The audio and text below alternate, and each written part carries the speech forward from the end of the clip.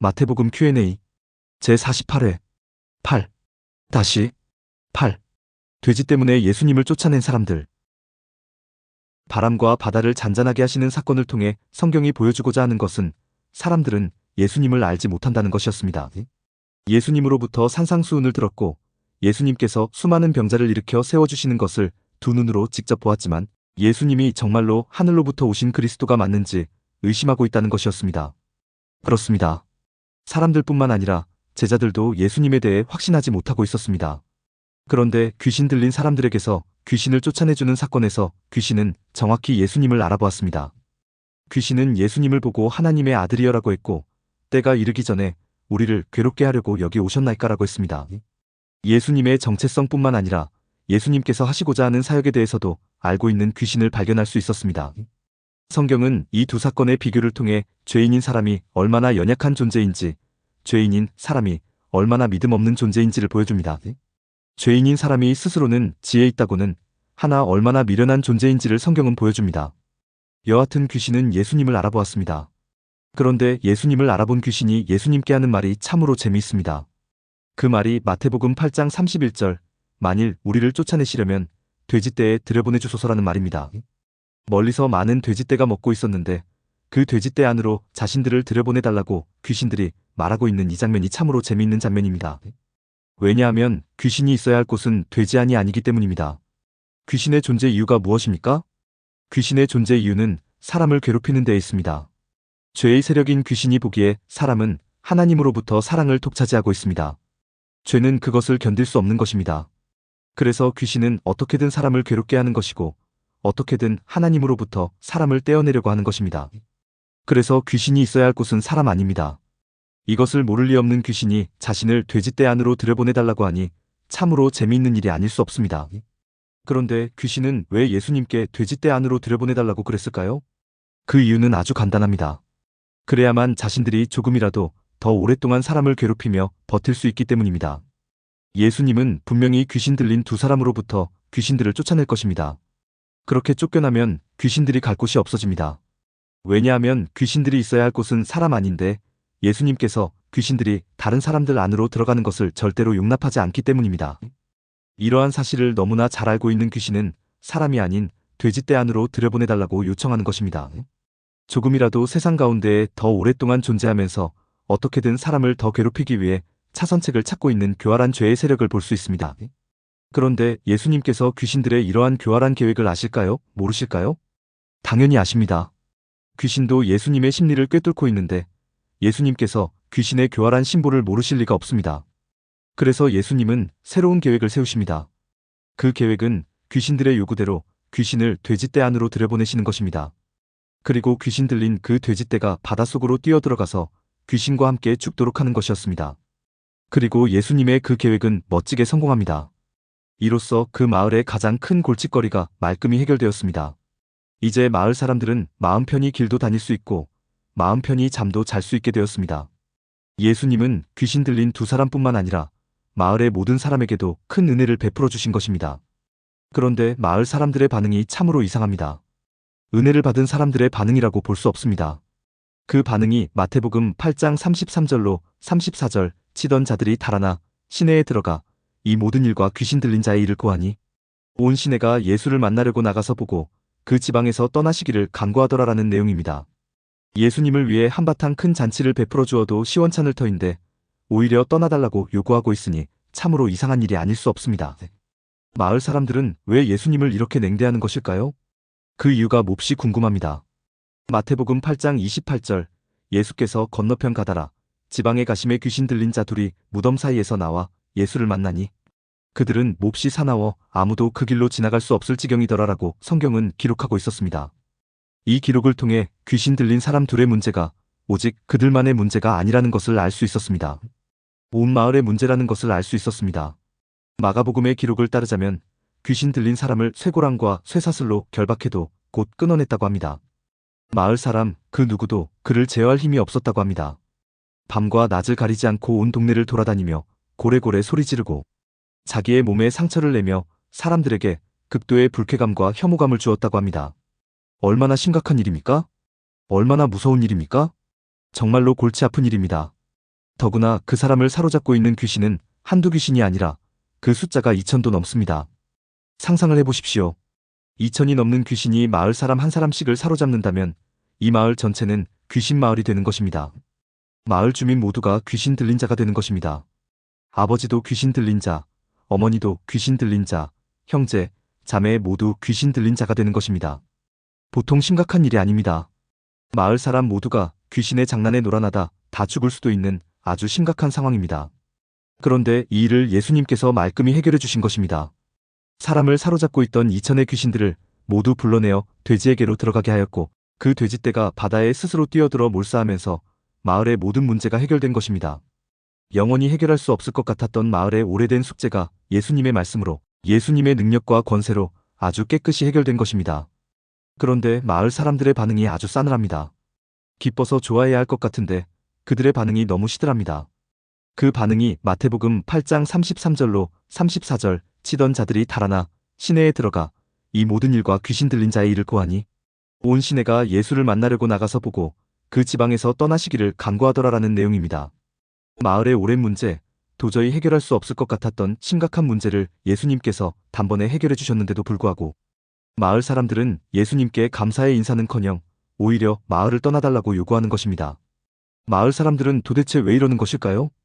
그 이유는 아주 간단합니다. 이제는 모든 문제가 해결되었기 때문입니다. 오랫동안 마을을 괴롭혔던 문제가 깔끔하게 해결되었으니까 더 이상 예수님의 도움이 필요치 않기 때문입니다. 그런데 단순히 이 이유만은 아닙니다. 더 큰 이유가 있습니다. 그 이유는 바로 이 문제가 해결되는 과정에서 마을 사람들이 돼지를 잃었다는 사실입니다. 마을이 겪고 있는 상황이 심각했을 때는 돼지 2000마리가 아니라 소 2000마리도 아깝지 않다고 생각했었는데 막상 문제가 해결되고 보니까 죽은 돼지 2000마리가 아깝게 느껴지고 죽은 돼지 2000마리가 눈앞에 아른거리는 것입니다.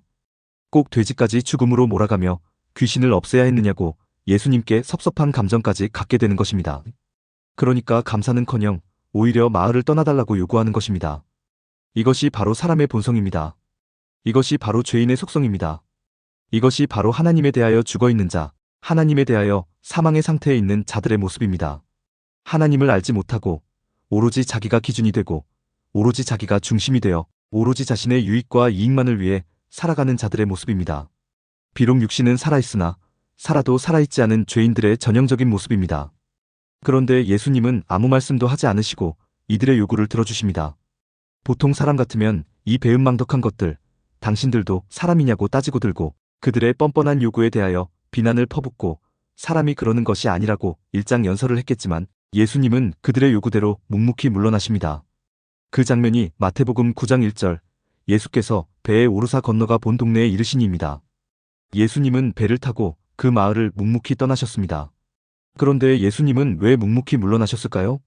그 이유는 간단합니다. 예수님께서 무슨 말을 하더라도 그들이 알아듣지 못한다는 것을 잘 알고 계시기 때문입니다. 꾸중하고 비판하고 그 어떤 가르침을 주어도 아무 소용이 없다는 것을 예수님은 너무나도 잘 알고 계시기 때문입니다. 그들이 비록 육신은 살아있으나 하나님에 대하여 죽어있는 자라는 것을 예수님은 너무나도 잘 알고 계시기 때문입니다. 그래서 고분고분 그들의 요구를 들어주시는 것입니다. 그리고 다른 마을로 가서 더 큰 이적을 보이심으로써 자신이 하늘로부터 오신 하나님의 아들이심을 증명해 나가시는 것입니다. 한 말씀만 더 드리고 영상을 맺도록 하겠습니다. 마태복음에는 기록되어 있지 않지만 마가복음에는 귀신에게서 풀려난 사람의 이야기가 기록되어 있습니다. 그 기록을 조금만 더 살펴보고 오늘 영상을 마무리 짓도록 하겠습니다. 예수님께서 귀신 들린 자를 고쳐주시자 고침을 받은 사람이 하는 말이 마가복음 5장 18절 예수께서 배에 오르실 때에 귀신 들렸던 사람이 함께 있기를 간구하였으나입니다. 아마도 예수님 일행과 동행하게 해달라고 간청했던 것 같습니다. 예수님의 놀라운 치유의 은혜를 체험하고 예수님의 제자 삼아줄 것을 간절히 소망했던 것 같습니다. 마을 사람들에 비하면 그래도 꽤 나은 사람입니다. 그러나 예수님께서는 그 사람을 받아들이지 않습니다. 그 내용이 마가복음 5장 19절 허락하지 아니하시고 그에게 이르시되 집으로 돌아가. 주께서 내게 어떻게 큰 일을 행하사 너를 불쌍히 여기신 것을 내 가족에게 알리라 하시니라는 내용입니다. 예수님께서는 왜 그를 받아들이지 않으셨을까요? 제자 12명만으로 충분하다고 생각하셨을까요? 아니면 귀신 들렸던 사람을 제자로 받아들이기가 조금 꺼림직하셨을까요? 그런 이유로 그 사람의 간청을 거절한 것은 분명히 아닐 것입니다. 그럼 그 사람의 간청을 허락하지 않은 이유는 무엇일까요? 그 이유는 귀신 들렸던 사람이 있어야 할 곳은 바로 그 사람의 집이고 함께 있어야 할 사람은 바로 그 사람의 가족들이기 때문입니다. 이 사람이 얼마 동안 귀신에 사로잡혀 있었는지는 성경에 정확히 기록되어 있지 않지만 여러 가지 정황상 아마 상당히 오랜 기간이었을 것입니다. 그리고 그를 붙잡고 있던 귀신도 아주 지독한 귀신이었습니다. 이 사람과 가족들의 삶은 그동안 어떠했을까요? 분명히 엉망진창이었을 것입니다. 귀신에 사로잡혀 있던 당사자는 차라리 나은 편입니다. 왜냐하면 그는 자신이 어떤 상태인지, 자신이 어떤 말을 하는지, 자신이 어떤 행동을 하는지 전혀 인식할 수 없기 때문입니다. 그러나 가족은 다릅니다. 귀신 들린 아들을 바라보는 부모의 마음, 귀신 들린 형제를 바라보는 형제들의 심정은 다릅니다. 억장이 무너지는 마음이었을 것입니다. 피를 토하는 심정이었을 것입니다. 마을 사람들 앞에서도 차마 고개를 들지 못하고 살았을 것입니다. 차라리 귀신 들린 아들, 귀신 들린 형제가 죽는 게 더 낫다고 생각했을지도 모릅니다. 그러면서도 그를 포기하지는 못합니다. 어떻게든 고쳐보려고 백방으로 노력합니다. 왜냐하면 그는 그들의 가족이기 때문입니다. 그런데 그에게서 귀신이 나갔습니다. 그의 정신이 이제 온전해졌습니다. 예수님으로 인하여 완전한 정상인이 되었습니다. 이 소식을 듣고 가장 기뻐할 사람이 누구겠습니까? 바로 그의 가족들입니다. 바로 그의 부모이고 그의 형제, 자매들입니다. 이제 그들은 아무 걱정 없이 살아갈 수 있게 되었습니다. 이제는 더 이상 이웃 눈치 안 보고 당당하고 떳떳하게 살아갈 수 있게 되었습니다. 그런 가족의 품으로 돌아가라고 예수님께서 말씀하시는 것입니다. 치유를 받았으니 이제 가족 품으로 돌아가 그들과 더불어 기쁘고 즐겁고 행복하게 살라고 예수님께서 그를 받아들이지 않으시는 것입니다. 그 사람을 향한 예수님의 지극하신 사랑, 그리고 그의 가족과 가정에 대한 예수님의 극진하신 배려를 깨달을 수 있습니다. 예수님은 사람을 살리시는 분이시기에, 가정을 살리시는 분이시기에 그의 간청을 허락지 않은 것입니다. 혹자는 이렇게 이야기하기도 합니다. 마가복음 5장 19절, 주께서 내게 어떻게 큰 일을 행하사 너를 불쌍히 여기신 것을 내 가족에게 알리라라고 말씀하신 내용과 마가복음 5장 20절, 그가 가서 예수께서 자기에게 어떻게 큰 일 행하셨는지를 데가볼리에 전파하니 모든 사람이 놀랍게 여기더라라는 말씀을 연결해서 예수님께서 그에게 전도의 사명을 준 것이라고 이야기합니다. 그리고 그가 예수님의 명령에 순종해서 많은 사람에게 예수님을 전파한 것이라고 이야기합니다. 성경에 기록된 대로 보면, 그리고 결과만을 놓고 보면 그들의 주장이 맞는 것처럼 보입니다. 그러나 예수님의 의도는 그에게 사명을 준 것이 아니었고 그 역시 예수님을 전파하기 위해 어떤 의도적인 행동을 한 것이 아닙니다. 그에게 사명을 준다고 그가 그 사명을 이해할 수 있는 것도 아닙니다.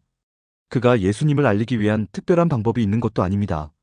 그의 변화 자체가 예수님을 알리는 증거이고 그 가족의 변화된 삶 자체가 예수님을 알리는 전파입니다. 그는 귀신 들린 자였습니다. 가족은 물론 온 마을의 걱정거리였습니다. 그랬던 그가 온전한 정신의 소유자가 되어 이제는 가족과 더불어 행복하게 살고 있습니다. 사람들이 묻습니다. 어떻게 그런 일이 일어날 수 있었지? 이때 그의 대답은 예수라는 분이 그렇게 만들어주셨어. 이것으로 끝나는 것입니다. 더 이상의 설명이 필요 없습니다. 그에게 일어난 변화로 인하여 그와 그의 가족이 행복한 삶을 살아가는 것, 그것이 예수님을 알리는 최고의 증거이고 최고의 방법이 되는 것입니다. 21세기를 살아가는 한국 기독교인들의 가장 큰 문제의 하나가 자신이 하나님의 나라를 위해 반드시 무엇인가를 해야 한다는 강박관념에 빠져 있다는 사실입니다. 무엇인가를 하기 위해 거리로 나서기도 하고 무엇인가를 하기 위해 일상의 삶을 소홀히 하기도 합니다. 교회에서는 제자학교라는 것을 운영합니다. 제자의 도리를 다하는 존재가 되어야 한다며 온통일만을 가르치고 온통일만을 강조합니다. 조금 신앙심이 깊다 하면 신학교에 들어가라고 권면하기도 합니다. 그러는 가운데 가족에게 소홀해지고 가정에 소홀해집니다. 신앙을 위해 가족과 가정을 버리기까지 합니다. 하나님의 방법이 아닙니다. 하나님께서 원하시는 방법이 아닙니다. 하나님께서 원하시는 것은 성도의 행복입니다. 하나님께서 원하시는 것은 행복한 성도의 가정입니다. 그 가정이 바로 증거가 되어야 합니다. 하나님의 살아계심과 하나님의 역사하심이 성도를 통해, 성도의 가정을 통해 드러나야 합니다. 하나님 전하기를 원하십니까? 주의 나라를 위해 일하기를 원하십니까? 그렇다면 먼저 자기의 행복을 찾으십시오. 먼저 자기 가족의 행복을 위해 일하십시오. 그리고 행복한 가정을 이루십시오. 그것이 하나님께서 원하시는 성도의 삶입니다. 그것이 주의 나라를 위해 일하기를 원하는 성도의 첫걸음입니다. 오늘 내용에 공감하셨다면 구독과 좋아요, 알림 설정 부탁드립니다. 하나님의 말씀을 바르게 전하는데 큰 도움이 될 것입니다.